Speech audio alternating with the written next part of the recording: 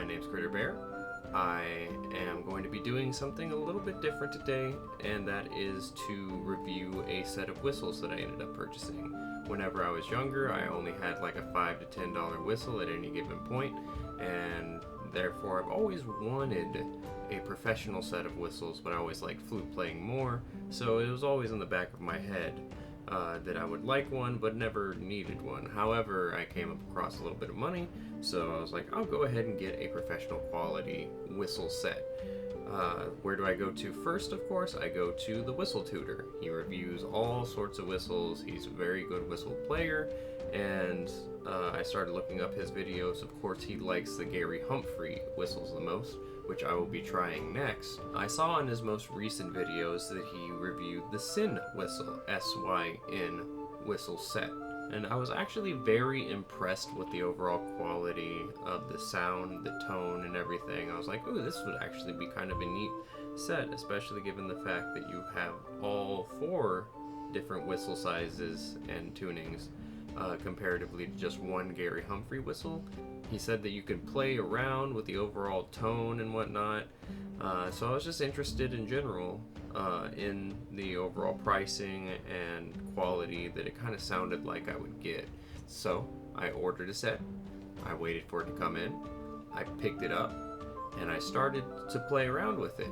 And after about 5 minutes or so, maybe even less than that, I switched between all the different keys, which they had the C, B flat, and E flat, different key bodies that you could switch between. I played around with it, and I put it back down, and I was like, I don't want this anywhere near me. It's unfortunate to say, but I just really didn't like this quality. There is a good chance, and I mean a good one, that maybe I just got a bunk set. Like, this set may just not be up to the quality as the other sets that they sell. It was sold to me through Big Whistle UK, and they're just a distributor. I don't think that they make these. I could be wrong.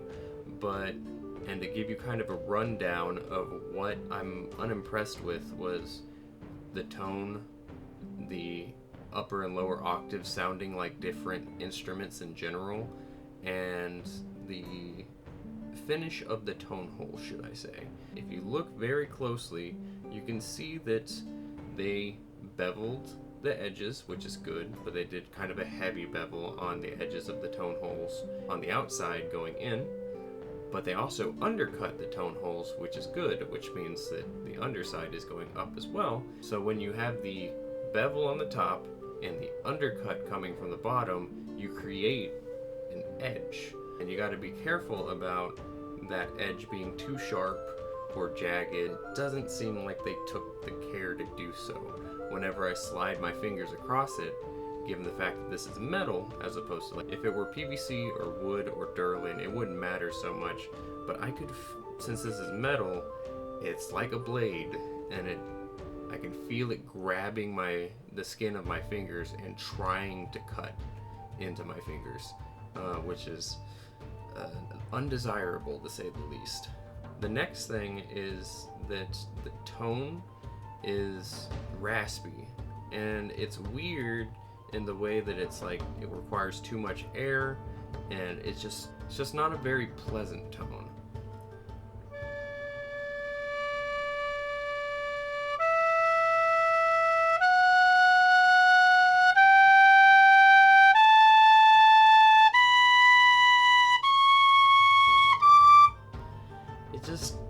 It's raspy, it's shaky, it doesn't really sound good to me, and the thing is that the upper octave sounds very clear, so it doesn't sound like the same instrument, but on top of that, the upper octave and lower octave, this is the third point, is not in tune with each other. It's close, but it's not enough for me to be like, oh yeah, this sounds like the same instrument. It sounds like I'm playing 2 different ones. And on top of all that, there does seem to be some like scratch marks from manufacturing.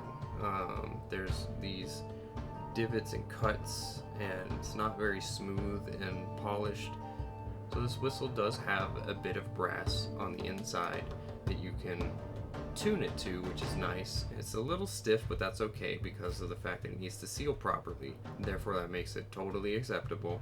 But I feel like whenever I was making flutes recently and putting a piece of brass myself in for the joint / tuning slide, the positioning of that brass vastly changed via where it was in between the tone holes and the embouchure hole, or I guess whistle. I don't know what this part of the whistle would be called, the whistle hole.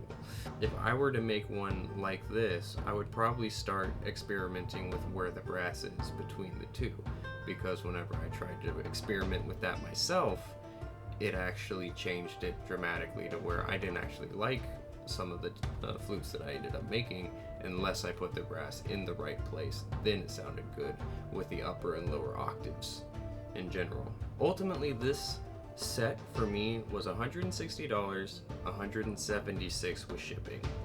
A decent chunk of change. It's not like a professional flute or something that's like thousands of dollars. Professional whistle usually goes for about 150 bucks, 160 bucks or so. And therefore this is relatively within the professional pricing, and therefore I kind of expect a professional quality to kind of follow that, and I'm not getting that here.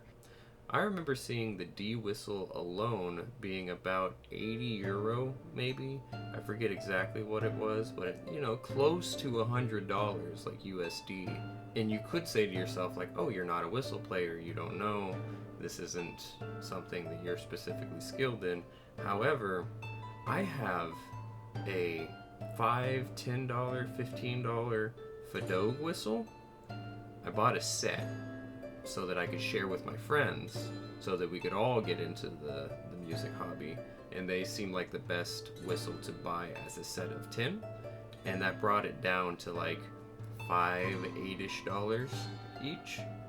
So for me, it was like $5-8-ish to buy myself a Feadog whistle, and they sound way better, in my opinion. I would take a Feadog 10, 15, $5, $8 whistle, whatever price it may be, over this almost $100 whistle any day of the week.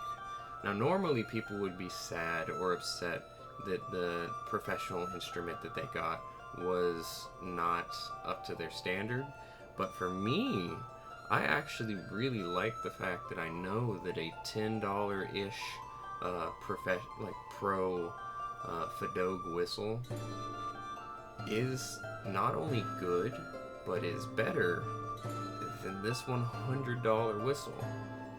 So that means that I can go to people and be like, oh, don't buy that. Don't spend all that money and waste all that money on that. You can buy this and be perfectly happy. So while I am going to go to the Gary Humphreys next, if for whatever reason that doesn't meet my standard, I'll just keep going down the line and keep buying more whistles until I find one that I actually like. I hope that this was helpful. I know that this is kind of a unfortunate circumstance where I'm criticizing another person's work, which is sad, but ultimately I think that it's better to let people know what they might get their hands on. And once again, it could just be my whistle that I got. There might be other whistles out there that are of this brand and this make that are way better, and I just don't know, but I can only go off of what I have, and what I have is not very good.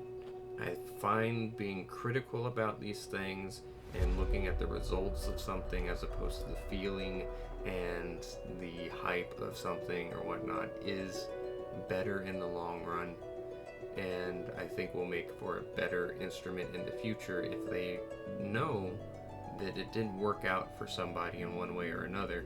This isn't meant to be mean, this isn't meant to be aggressive, this is just honest, and not, I hope, not brutally honest, because I hate being brutally honest because I don't think it's necessary. I think just being honest in a genuine, friendly way goes a long way. So I hope that the person who makes these sees this and understands that this could be a fluke. This could be just these whistles, but for me, I wouldn't suggest getting them. And I think that's just about it.